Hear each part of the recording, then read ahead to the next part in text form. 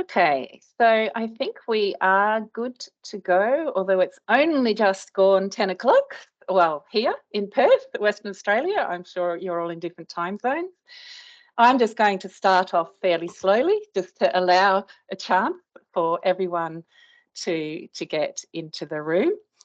So welcome everybody to the 25th Women in Research webinar. So we've been going a couple of years now, and we always have an absolutely fantastic discussion, and I don't think today is going to be any different. I would first of all like to acknowledge all First Nations of this place we call Australia, and recognise the many nations who have looked after country for more than 60,000 years. And I would like to pay our respects to elders past and present as custodians and owners of these lands. Welcome, everybody.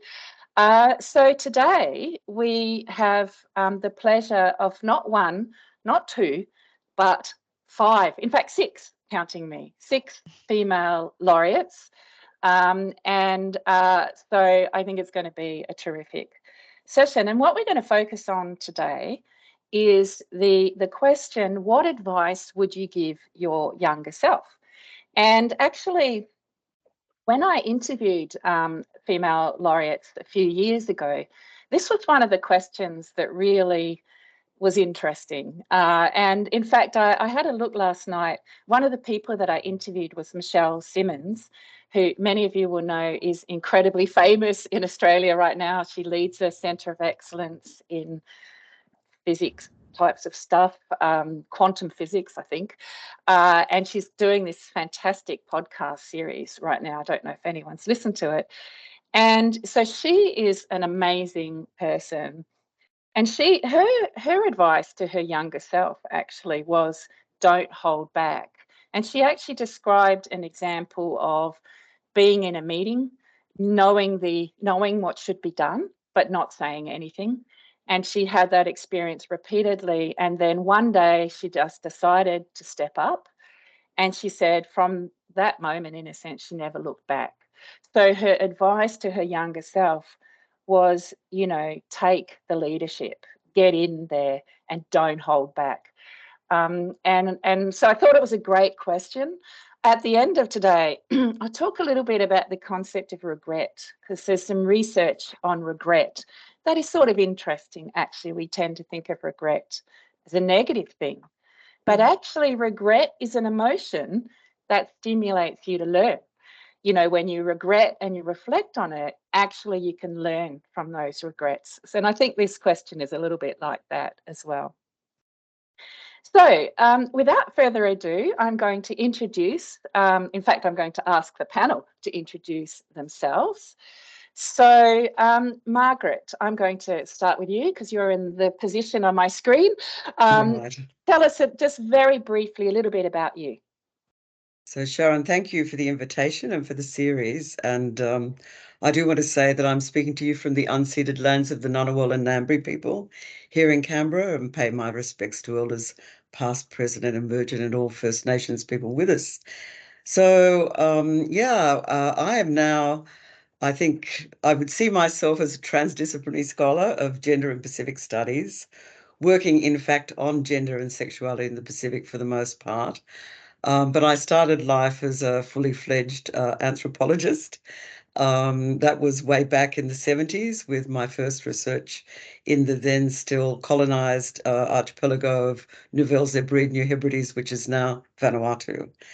And advice to my younger self, well, I've already expressed some caveats about how, our memory works, but also how thinking about my time of becoming a researcher was very different to the epoch that we're now in.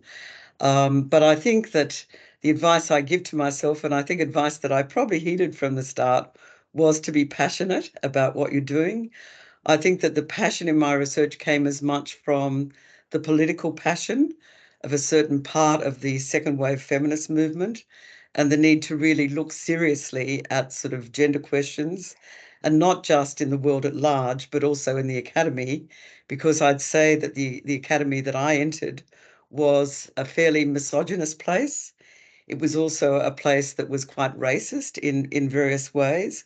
And I think that those combined sort of projects in my life were things that I translated into the academic passions that fueled my research for some decades. Thanks, Thank you. Sharon. Thank you so much, Margaret. And I'm actually going to jump over now to Karen.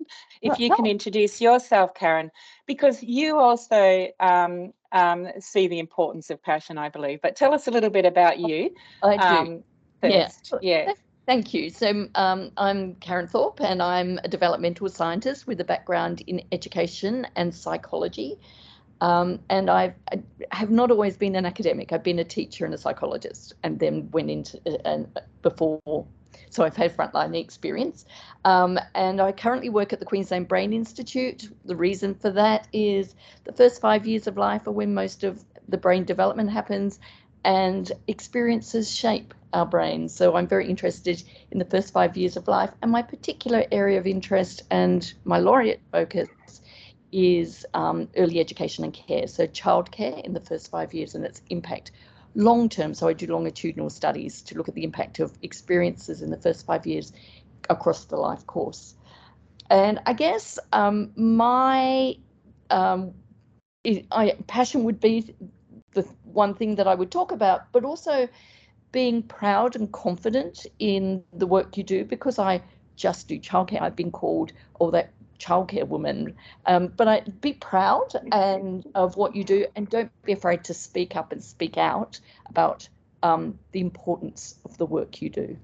So that's great. So it's not just being passionate about the topic, but also having the power of the conviction that comes with that, and being willing to talk. I also know, Karen, that there'll be many people, and you must squeeze it into our conversation today, who will want to know more about what sort of care is important for kids, because it is an issue that people keep coming back to. So thank you, Karen. Lovely to have you on board. Let's go to Martina next. Martina, you are a chemist, so you are coming at this from a very different disciplinary perspective. Tell us a little bit about you.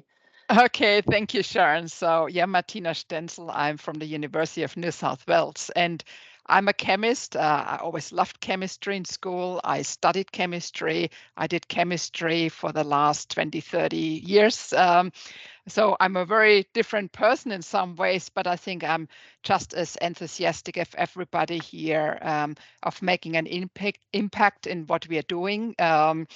So in my Laureate Fellowship, I look at the design of nanoparticles. So I step out a little bit from chemistry, but I engage now with medicine to really have a little bit of an impact and apply these nanoparticles in this treatment of cancer, for example.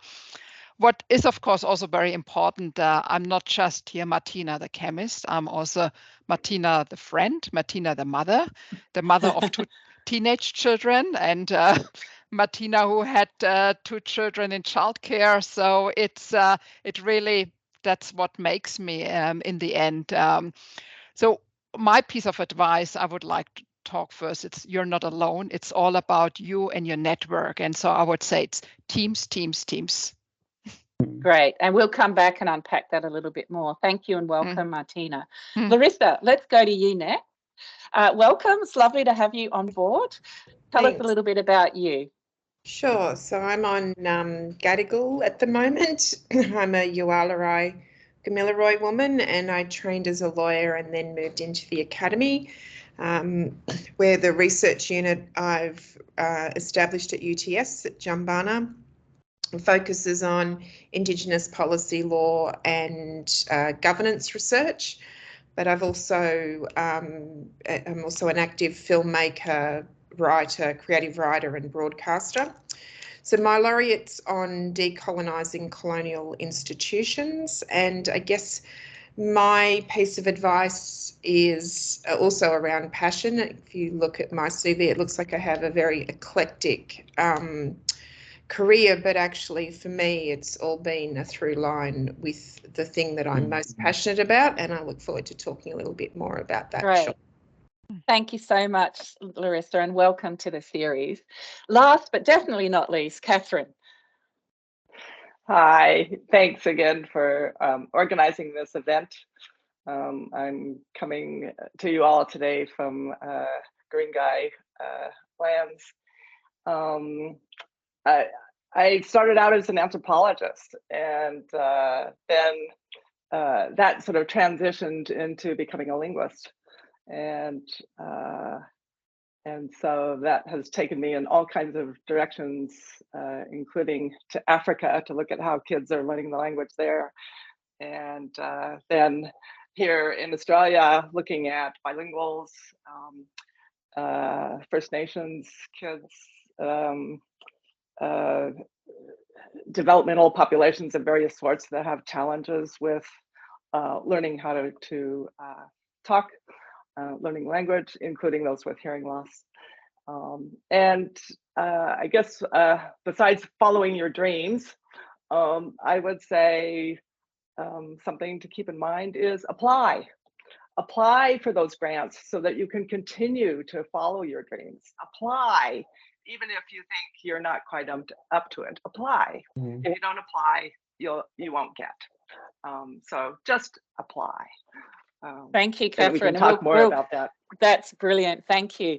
Look, and I have to say, you guys are all incredibly humble because, and this is perhaps why I should have done the introductions, because you all have amazing accolades and awards and incredibly astonishing careers. So it's great to hear from you. So let's go to passion, because you know, a couple of you have mentioned the importance of that. I think it would be great to hear. Did you Martina, you mentioned you always loved chemistry, so it sounds like you had that passion early, but did some of you come to that sense of what you loved later, and why was it important? Why is it advice that you would give to your younger self? So Larissa, maybe let's start with you. You know, how did you come to your passion? Why is it important? I'm not somebody who came to it late. I came to it very early, probably by the time I was 11 and 12, and started to understand my own family history, where my father and grandmother had both been stolen generations, and started to understand why we didn't live on our traditional country. And I grew up, I was born in the country, but we moved to Sydney, and I got schooled in the politics of Redfern. So I had a political education fairly early. So I think I was very lucky in hindsight that I felt very strongly about that. And it wasn't easy because although I had that exposure outside of my schooling, there was none of it in there, and it made my schooling very difficult, both amongst my classmates and you know, just my own pathway through, both without things to identify what I was passionate about in that curriculum, but also with the attitudes that I went to school with. So I found that very early. So to my younger self, I would have said, lean into that. And even when I now have students come to me and say, you know, distinguished Professor, Laureate Fellow, what's your advice? I never had a view about any of those accolades, and it's probably a reason why none of us mentioned it when we were asked to define ourselves, because I don't think you do define yourself by those accolades. They're not the things that when you look back on you're most proud of or that mean the most to you.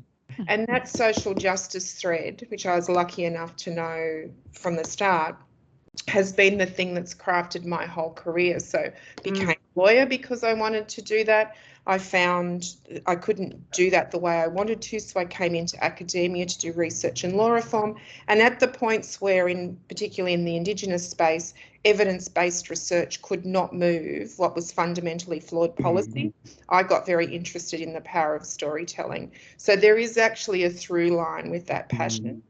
The best career advice I ever got was from an older white academic, male academic, when I was just at uni, actually my first year out of uni, where I was working as a lawyer, but I was still teaching. I always juggled the two.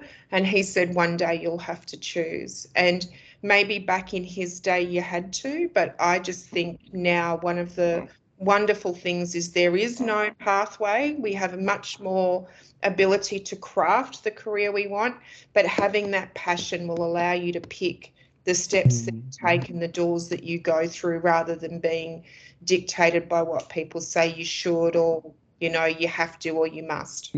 Yeah, that's such wise words. Thank you, Larissa. Margaret, do you want to pick up on that, because you also mentioned the importance of telling your younger self about passion? Yeah, so I mean, I think it's really interesting to see where the passion comes from, and obviously in Larissa's case, that came from deep in her Indigenous life. I would say that my concerns about social justice probably were formed in high school.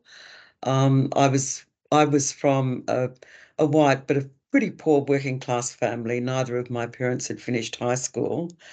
And in fact, the high school that I went to, Riverside Girls High, had been a terminating school for girls from the working class finishing at what was then the intermediate certificate. And in fact, the year that I entered, it became a kind of leaving certificate full finishing school for the first time. And all of us, it was a girls only school, did incredibly well. I mean, did incredibly well. And we got, Commonwealth scholarships. It was the era of free tertiary education. But I have to say that at the end of my third year, I was in fact thinking about leaving school because I felt the burden on my family. But fortunately, I had a lovely mentor, Mrs. Watts, who was my Latin teacher, and also the vocational advisor, who basically arranged a bursary for the last years of my high school.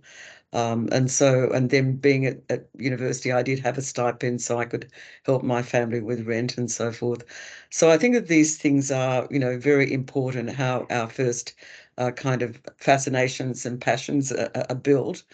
And I mean, looking back on my career, I feel very blessed, I suppose, to have had the fortunate experience of researching in this small, remote part of Vanuatu, amongst a group of people who were a minority, who were not Christian, and who were very anti-colonial. And they accepted me as a young white woman, and I think that experience and also learning two new languages in that situation gave me, I suppose, the grounds for the kinds of passionate interests that really have followed me throughout the rest of my work. Yeah, I think it's very important to look at those early formations in how we come to value what we want to know more about. Thanks, Margaret. I'm going to go to you now, Karen, because you mentioned it's not just about knowing your passion or having one, but it's about how do you sort of be proud, I guess, of that. Can you tell us a little bit about, was there a time when you didn't feel so proud or you were a bit hesitant?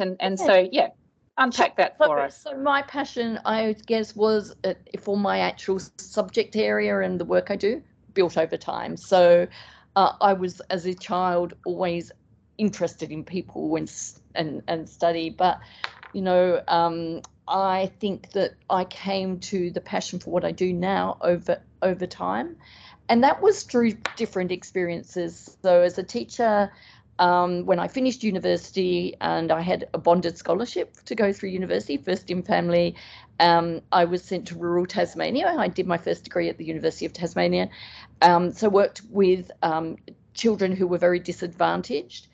I then went to London and I worked with very disadvantaged children, but very different, very, very different. Disadvantage is not one big category of, and my own family, where, I was born in England into a family that was poor, but became different by moving to Australia and by the success of my father.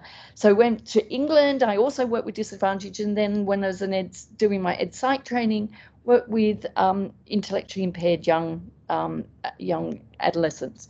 So all three big examples of experiences that led me from being very passionate and interested in people and being very social and interested to a growing passion in the work that I did, and gradually deciding that actually the thing to do is to look at the very beginning of life and the life course. So doing large-scale longitudinal studies, and had the experience of working on a study in the UK that's 14,000 families that we've tracked from pregnancy who are now in their 30s having their own children, and looking at those life stories. And I sort of relate to what Larissa had to say. Those stories are really important to tell. And in fact, we do large-scale statistical work, but we are now writing creatively because the impact of a story is huge to tell people what it's like. You can say, you know, kids who were born into poverty, you know, this is what happened to them. One of the things that we have at the moment is stories of children going hungry in their childcare settings. But we've done a creative writing piece that has had massive impact. So the story is really important. And I guess I had a growing story of passion, but I've also had a growing story of working from high scale statistical work to telling stories as a really important way for people to understand what we are talking about, regardless of whether academics or not. And I think that's actually generic great advice as researchers, to learn to tell those stories, because they are what hook people. Actually, and I just wanted to say at this point, in case everybody out there is thinking, wow, all these laureates have had their passion early and you know, that's what's taken them there. You know, I was a little bit different, I think, in that honestly, it was very accidental. My career was very accidental, you know, and embarked on for fairly extrinsic reasons, you know, opportunities to travel and so on. I don't think I really felt passionate about my research until I moved into a role where I couldn't do it very much. And then I discovered how much I loved it. You know, I had to almost be, I sort of took it for granted, and I was always questioning, because it was an accidental career, is this really the right thing?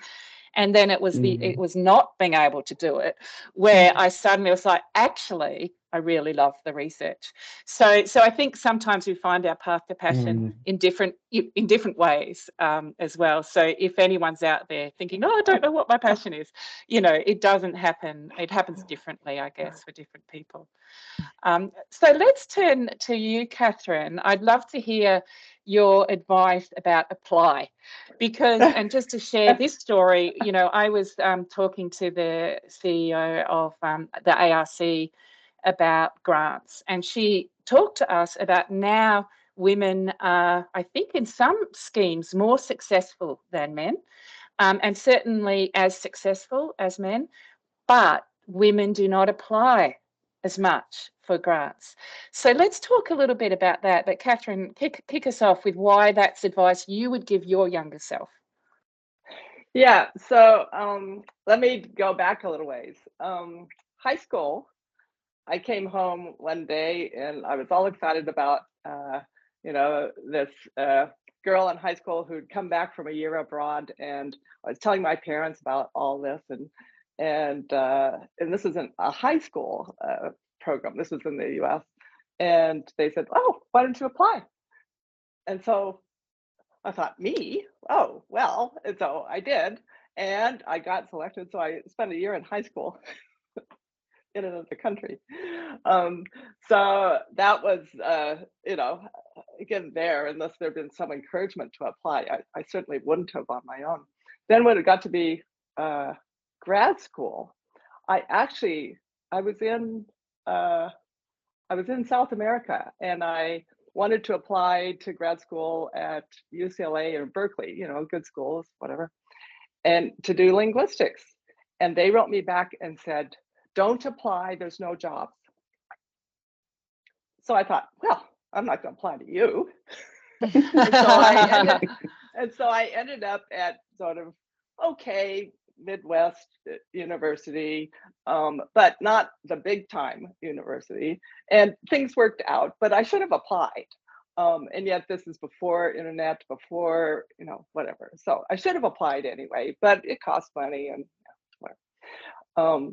And then when it came to the laureate, well, I mean, I hadn't ever considered applying. And my very supportive partner said, well, you should apply. And so I thought, well, really? And so I did, and I didn't get it the first time. And so be persistent, apply again, and the next time I did. And that has been an amazing opportunity to work with all kinds of fascinating people and help mentor the next generation. And so if I hadn't applied, that wouldn't be there. So I would give advice: apply, give it a try, and be persistent. Learn from failures, take it on board, put it all together, and apply again. Maybe it's slightly different in a different way, whatever, but apply. And so maybe that speaks to some of what ARC is seeing as well. To do that, however, you need to be an expert manager of your time. And so again, the advice I would give, and the only thing that ever got me through so I could publish and I had time to write grants, was that I stayed home on Thursdays. Yeah. So I stayed home today and Yeah. and at least had one day where I had uninterrupted time to think.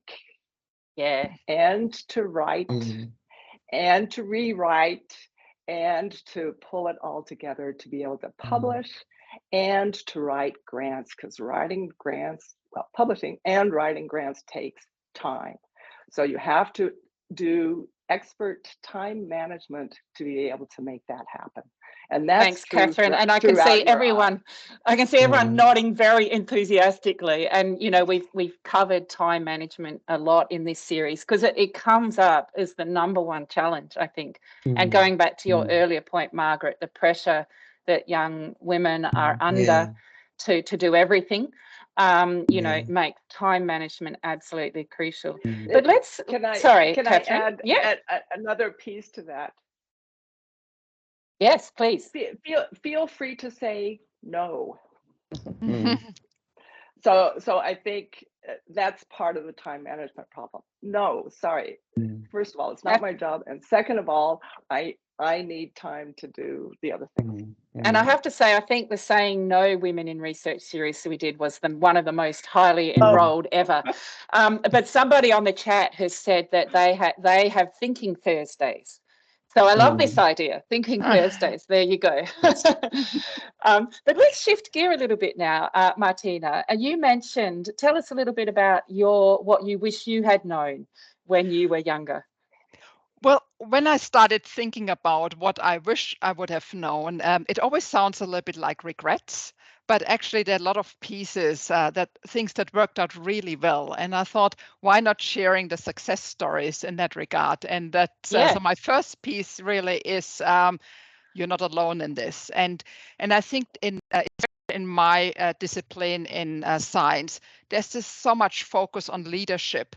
You just publish as first author or as corresponding author. You're the one who gets the grants, and you're the one.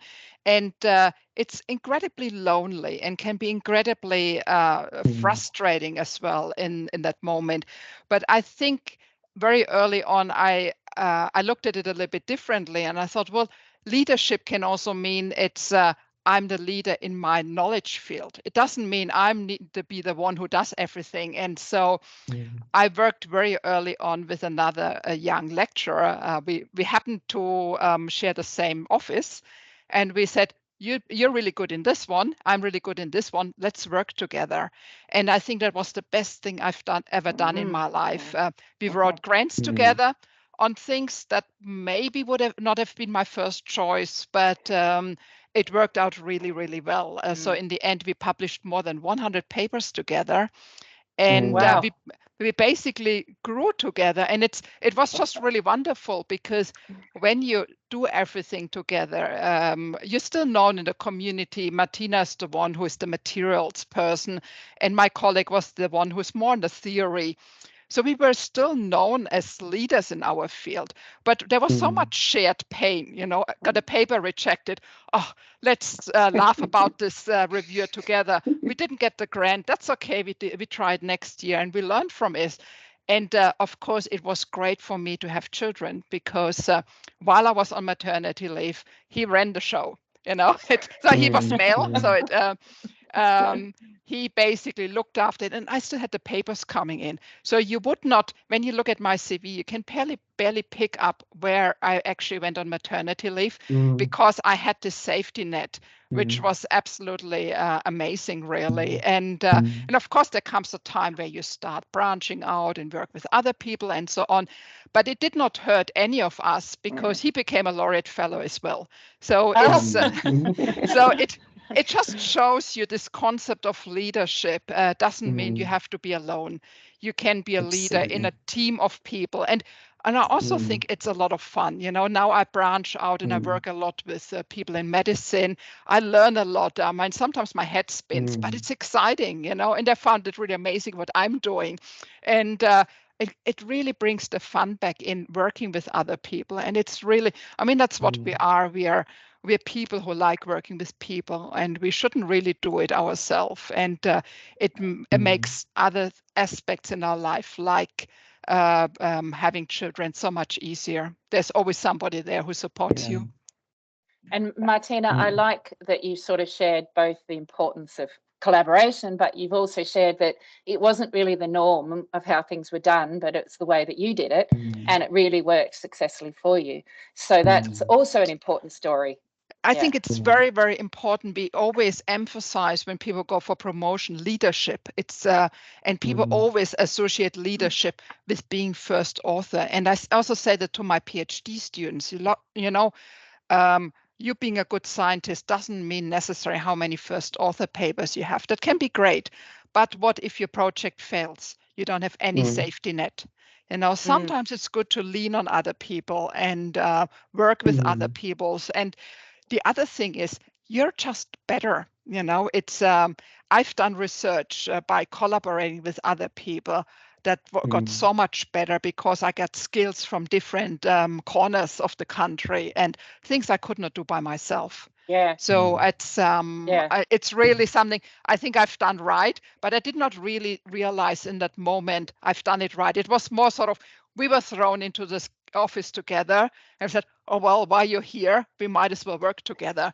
So it was not initially a choice, but in hindsight, I thought it was the best thing that happened to me. So I think for women out there who do feel isolated, you might have to be more proactive about engineering those sorts of collaborations, and you might have to try a few because not all of them will work out so brilliantly. That's but when right. you have to keep a lot of frogs along the way. So Sharon, can I come in at this point? Yes, and Martina, absolutely. And I think it's something that we probably all agree on, teams. And, I'd have to say that question about sort of mutual excitement, mutual stimulation and learning from each other. And could I say that insofar as I felt there were any barriers, the first decade of my life, I was very heavily teaching at Macquarie University. It was a wonderful time, but it was very hard to sequester time. We taught day and evening, and we taught, very huge introductory classes of 1,200 people, etc. I was very lucky because just when my daughter was about sort of 8 months old, I got a secondment to a really wonderful research project at the ANU. And that actually coincided with my leaving her biological father. And one of the best years of my life. I was scared of being a single mother in a new city, but in fact, I was part of a group where there were lots of incredibly talented women, Marilyn Strathern, Debbie Gevirtz, wonderful anthropologists from overseas, Martha McIntyre, Chrissy Hillowell, all of these people really sort of formative. And really, although I'd say that year I published little, it was like the foundation for a whole lot of things that came later. And I suppose the sense that I had in my own sort of laureate team was really, making sure that, there wasn't a sense of my being, kind of, we had shared questions, but I really wanted to foster independence and originality of people at different stages, doing their graduate work, doing their postdocs, research fellowships, and the kind of collaborative things that were formed between different team members were absolutely, wonderful to witness. And we still, in fact, I've just been with one of our erstwhile postgraduate students who's now in Melbourne, and there's a sense of a kind of shared familial ethos that actually connects us sort of years later. So I do think those questions about mutual support, particularly from women to other women. I'm one of the founding mothers of the Gender Institute at ANU, which continues to give, like, across the campus, that sort of pastoral support, especially if you're going through hard times, through an excess of problems or caring responsibilities or whatever. And of course, sharing bitter stories about things that aren't going well. Yeah. And look, this is so important, Margaret, and it comes up all the time in the Women in Research series, the importance of finding that support. And again, if you don't have it, reach out and find it somehow, because it's so critical in our careers. And, you know, we never blame women for the issues that they struggle with, but we always recognise that they perhaps need more support because of them. Larissa, I'd love to just come to you, because you also mentioned the importance of peer networks. So Yeah. what would you be telling your younger self around peer networks? And look, I just want to acknowledge, I think the comment about time management is so crucial. I would be surprised if not all of us were good at that. It's sort of a thing that we underplay, but without it, not much. Well, just while we're on it, Larissa, can you share one of your time management tips? So we've got the Thinking Thursdays. How do you manage your time? What's one of your tips? I'm a great list maker. Okay. I'm very organised in that way, and I take breaks. I schedule breaks at the beginning of the year that I stick with. It's always easy to feel like, oh, I've got to just move this because of that, but I try and, it's the thing about that great advice about finding the thinking space and the power of saying no, which I embrace, though have probably only practiced in very recent years. And the quality of my life has improved exponentially as I embraced it rather than just said it. And look, I guess how I come to the peer thing, like, I think it's so true. We're all enriched as researchers when we build a team around us. And I think the most successful researchers are the ones who share the space and don't see it as a kingdom, but as a collaboration.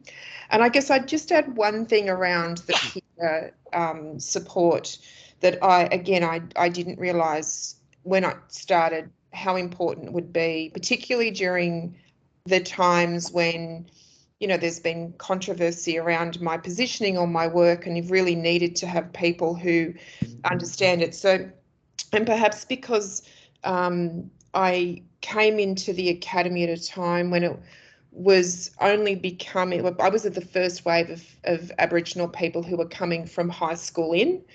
And so I developed a huge peer network with that cohort, were my peers at the time, who had parents who were in the public service or had been in the rights movement, had set up things, but had never been to university, had never had the chance to finish school. And to be honest, my mother, who's not Aboriginal, was in that same position of not having the chances to go through to uni. And that cohort became really crucial. And even though we don't do research together, we've all found ourselves at similar times, and they're mostly women, where we were the only Aboriginal person in a very white space and leading an Aboriginal space within a non-Indigenous institution, and being able to find those people. So they weren't necessarily the colleagues doing the work, as I mentioned, but finding those people who are on a similar path in terms of their career and where they sit in relation to the sorts of things they're juggling. Strong Aboriginal identity, often being challenged because we're seen as too successful. All of those things that are quite unique to your cohort. That kind of peer group, I think, is a really good place to complement that team that you love working with day to day. Great. Thank you so much, Larissa. I'm actually going to go to you, Karen, next, if that's okay. First of all, you mentioned teamwork, but I'd also love you to share us, what does your research say about the care of young kids? Because it's something I know that mothers, as academic mothers, worry a lot about. All mothers worry about, actually. Yes, of course. But when you're an academic, you see a break as no publications, and we're not in Norway where for every child they allocate so many additional publications. Like we. Oh, really? Okay, that sounds good. I've sat on promotion panels for the University of Oslo. It's like they're amazing. They Wow. really do. They really do live it out. Whereas I think here, whether our ropes and the breaks and so on are taken account of, I don't know. But yes, so I think all mothers have to make choices when you have children. Whether you leave your career, you work part-time, you go back early, whichever it is, you're making choices about care. And I guess the research shows that it's not who looks after your children, but that they are looked after well. And I guess, I don't know, we've got an anthropologist here and we've got someone who's Aboriginal. That idea that one person looks after a child is not culturally in every community. And we see very good examples of communities looking after children. So I think that is the thing we need to think about. And in our space, in a developed economy, we have one of those places to look after children is early education and care. And in Australia, we have a very strict regulation for our early education and care. So in Australia, that's there. Nevertheless, there is a variation in quality. The government sold the last election on cheap childcare. I was very horrified by that idea, much as I like that they're actually investing. We want high quality care. What does that mean? It means different things for different families, but I think the evidence is that it's not who looks after your children, it's what happens there. And that I think most people can go confidently from their academic career into early education and care for their children because the evidence is it doesn't do harm. And for many children, it does a lot of good. It gives experiences of being in groups and so on and so forth. And also takes people out of poverty, right? If you're a single mother and you're not working, that's a very difficult thing. So we have to think about that not as there's one choice. I have 3 children, and my last, and I went back to work 12 weeks after giving birth to my first child because I was put under pressure to do so. One of the things I would be very clear about, and in my team I've got a large number of postdocs, men and women having children, I say to them, these are precious times. When you make your choices, think about that, and we look after each other. The teamwork is very important. I'm really interested to hear Martina talking about that so that we make sure their publications continue as they're on leave. But, I think it's really, really important to understand that there's not one answer, but that it does take a community. It takes a community of academics to look after that person as they're going through that transition of parenthood and back into the workplace as well. And I think childcare, there's lots of evidence that it can be a very positive thing. And thank you, Karen. It's a good choice. Yeah, that's great to get that evidence-based advice. So we're going to go to Annika now because we've just got 15 minutes left, and Annika's going to share some questions with us. So Annika, have you got a question? Yes, actually. So, okay. And sorry for not introducing Annika. I can't remember if I introduced her or not, but Annika is my PhD student. And she is our wonderful question answerer. She looks at all the chat and she looks at all the questions that have been sent and she picks some out. So over to you, Annika. Yes. For the first question, I think I'm going to stick with the theme for a second, because now that we just talked about families, there were quite some questions about when do I plan? How do I actively plan? Did you actively plan? Okay, now I'm going to start a family. How did you manage it with your career expectations? Maybe someone we haven't heard. Catherine has been nodding. Yeah, Catherine. Oh, no, I know it's important, but I don't have children, so somebody else. Right. We have heard. I mean, I have lots of colleagues that go through this, and postdocs and students, and yeah. I'm sorry. It's a really big issue. But I would just say that, yes, I'm also, like Karen said, supportive of all of those who are going through these times, including the guys who all of a sudden have new babies at home. So everybody needs support. Yeah, and I love the ideas, Karen and Martina, of looking after people's publishing. When I must admit that's something I hadn't thought so much consciously about. So I really love that idea as well. But family, work family. Martina, jump in. So I actually wanted to just say something, because I also read the comments in the chat room about the teamwork. There's a lot that runs under the disguise of teamwork, but it's not truly teamwork. So you need to be careful. I had that as well. People saying we do a teamwork and then they run the show, and you do the work. So it's a very, very careful. You have to be very careful. A good team is equal. You share the load, you share the publishing, you share the limelight. So, but about having children, it's there's never a good time. It just never is. You just deal with it.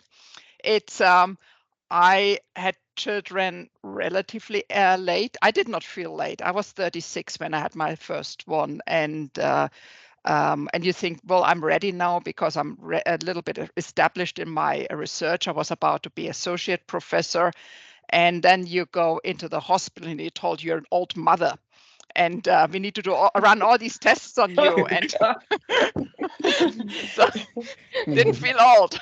But it's then I just thought, I know people who have children when they have their PhD, and I think every stage in your life has its own challenge, and there's never really a good time. I mean, the longer you wait, the more difficult it might be getting. Also, the more tired you get. The good sleep doesn't come naturally anymore. I think it's just really think about, what does it mean, and what is the system I have in place? Maybe I simply accept that my research dips for many years and comes out, or can I do something to combat that? Can I look at maybe a little team where I can weave myself in and have children? So but I would not say the perfect time for an academic to have children is when they're 35. I think, as I said, there's never a good time, there's never a bad time, really. Karen, I can see that you've got something to say. Jump in. So I've got 3 children. I had them at 33, 35, and 39.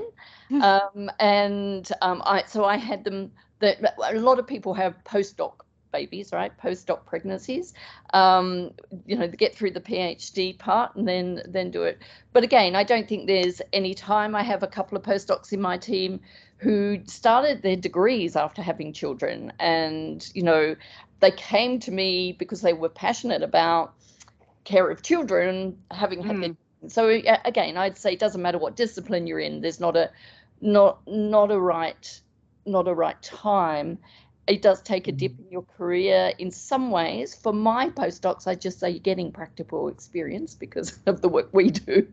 But I think, again, that's very much part of your story. So if you're thinking about apply for things, it's part of your story that you have to tell, that you can do what you're doing, and you've had this time off. I'm not sure that rope, we're supposed to, when we apply, to have those things taken into account. How well, I don't know. But part of the story you're telling, I think, is telling this story that you have done all of this work and you have been a carer of children, or if you don't have children, of elderly parents or whatever, because all of those things are really important parts of your story that you bring as a human being to whatever discipline you are in. And I think, we need to think about those life experiences. And Larissa's talked about a whole range of things that she brings and takes out to different. And we don't have to. When I wrote my successful laureate, my first ones were not. The head of research at UQ said to me, Karen, you're trying to act like a bloke when you write your story and write like a woman. So I wrote more creatively, and I did tell the story.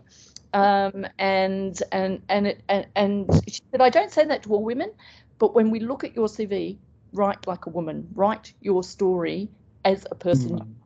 And Well, it worked. So And it worked. That's great. So Karen, can I just come in? I think it's really great that the rope, I was on the college when rope came into the ARC system. And of course, it's not there in all research grant schemes around the world. But I do think that taking, I mean, you really have to discriminate between people who are in research focused and heavily teaching or administrative positions, and equally that really important acknowledgement of how central caring is, for children, for babies, for children, and also for, the elderly and all of the kinds of, problems that, illness and death and all of those caring problems that happen throughout the life course. I suppose the sense that I have is that things are much tougher in terms of, I mean, work-life balance, we talk about quite often, these things are imbalanced. And partly, I think, because of increasing pressures. So I think the kind of, increasing casualisation of employment in the Australian higher education system is a real worry.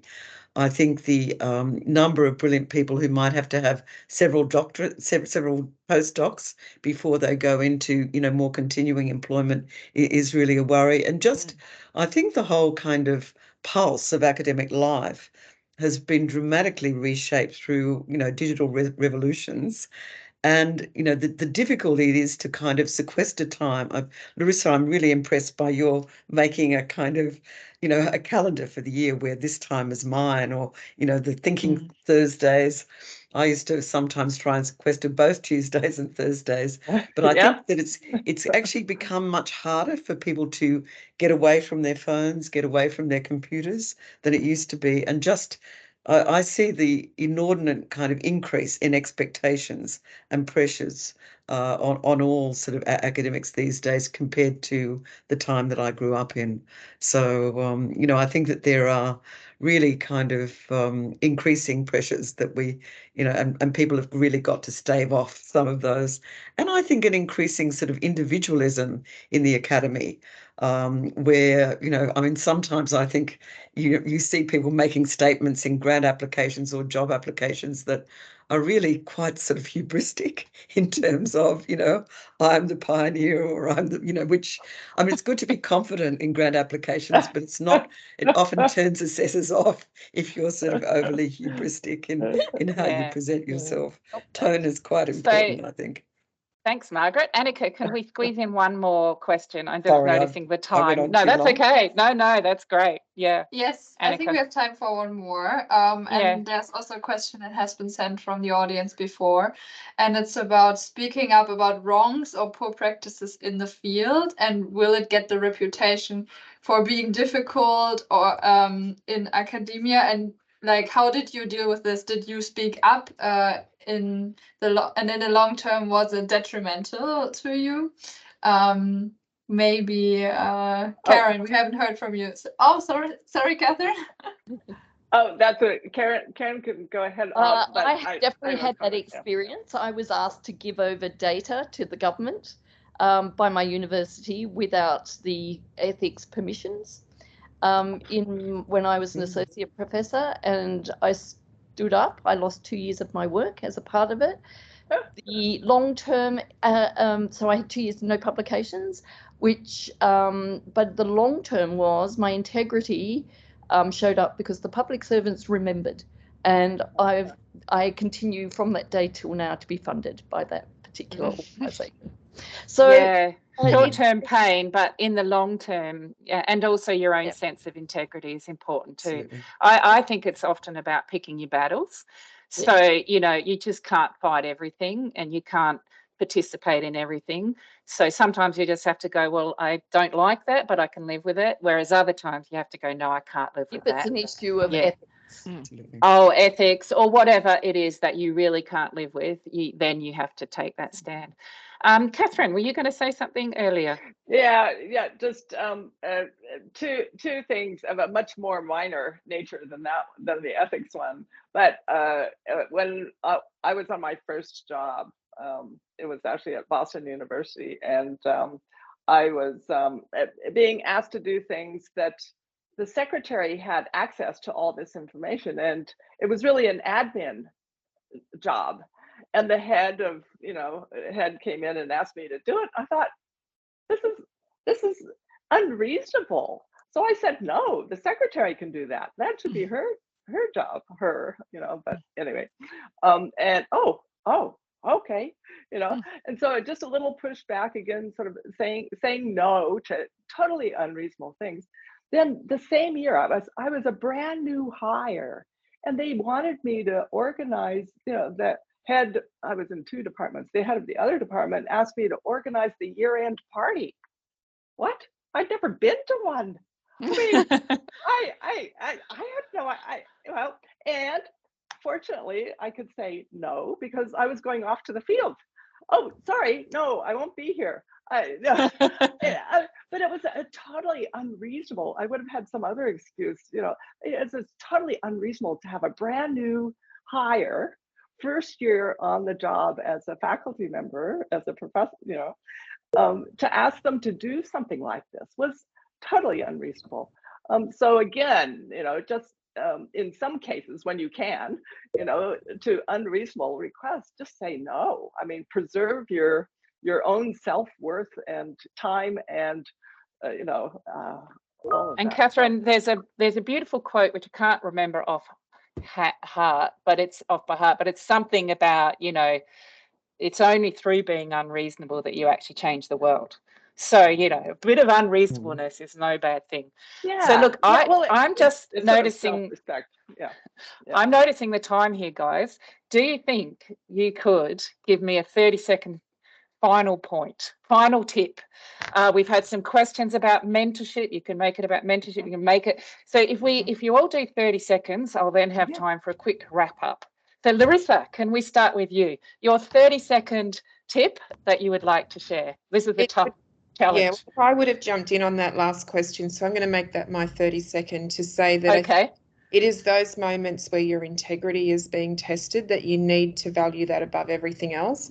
It's really easy to think that if you say no to something or you stand up, a door will close and it will never open again. But I think all of us can attest to over time, that's just not the case. And similarly, my experience was when I've pushed back because I really believed in something, and I did have the support of my university, but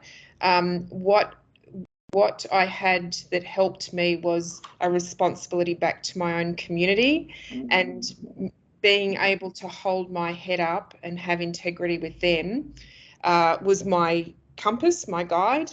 And similarly, it's meant that in the years that followed, I have been more trusted because they know that I will stand up to it. So those moments can be really hard, but you have to be able to look yourself in the mirror. Again, that long-term end game. Karen, your 30 seconds. Okay, I'd just say be a proud woman. And the threads of your experience right from your very beginning will bring you to where you are, and do a program of work, not topics. Bring that story together to be, to make your story in your research as well. So yeah, be a proud woman. Proud woman, love it. And the story theme is really coming out strongly. Thank you. Catherine. I would say mentors come in all kinds of shapes and sizes. You can have mentors. They may be collaborators, they may be others, but they can be women, men, older than you, younger than you, all kinds of mentors everywhere. And sometimes they're there when you're not even looking. So keep your eyes open. Thank you, Catherine. And form that team of peers and or others that help your research and guide your life. Yeah. And there've been a few questions about I can't find a mentor. And I think what you're saying, Catherine, there's no such thing as a mentor. There are many. And they all give, and it's a bit like, you can't expect your life partner to give you everything. No. It's the same with a mentor. So thank you so much. Margaret, your 30 seconds. Yeah, my 30 seconds. I'd say be forthright and really savor your integrity. I've actually resisted a lot over the course of decades. And I think that integrity, not just in your own sort of specific work, but also in the kind of broader collegial environment, because there are a whole lot of, persisting institutional inequities and horror stories that we have to keep on exposing and being forthright about. So Absolutely. Be brave. Thank Proud. you. So you've come right back full circle to where you started about be brave and passionate. Martina, your 30 Well, seconds. I'm actually following up on what Catherine said, the importance of a mentor. I did not realize that for many, many years, but once I had a mentor. In that case, it was a senior female, but it could be, as Catherine said, any shape and size. But that just changed my life. I learned so much from her about how the university functions. Sometimes she gave me a little bit advice on how to approach very difficult situation in my department, and she gave me so much good advice along the way. And I think, why didn't I do that earlier? Why didn't get myself a mentor earlier? It was really life-changing for me. I still have a mentor. So thank you so much. Yeah, thank you, Martina. We are right up against the clock. I would just like my 30 seconds. I promised to talk a little bit about regret. What the research on regret shows actually is that we tend to regret in the long term the things that we don't do, not the things that we do, right? So in other words, inaction causes more regret in the long term than action. So acting and making a mistake tends to, on average, work better for people than not acting. So I will leave with that thought. And I think we've seen some beautiful examples of that today. Thank you for a wonderful session. There's been a vibrant, as always, we don't have enough time, but I want to thank you guys. It's been a fabulous conversation. I want to thank Annika and Isabel who've been behind the scenes. And most of all, I want to thank, there were more than 222 people. You guys probably haven't noticed that on the call. Thank you to our audience. It's been a fabulous year. We'll pick up again next year with our Women in Research series and hopefully see some of these fabulous female laureates come back and join us for some more discussion. So thanks, everybody. I know Christmas seems a long way away, the vacation season, but we'll all get there. And I hope you all have a wonderful rest and recovery and some time off to yourself, as Larissa talked about. And we look forward to seeing you all in the new year. So thank you all very much. Thank you. Great to be with you. Bye. Thank you, guys. Bye. Bye. Thank you, guys. Bye-bye. Bye. Bye.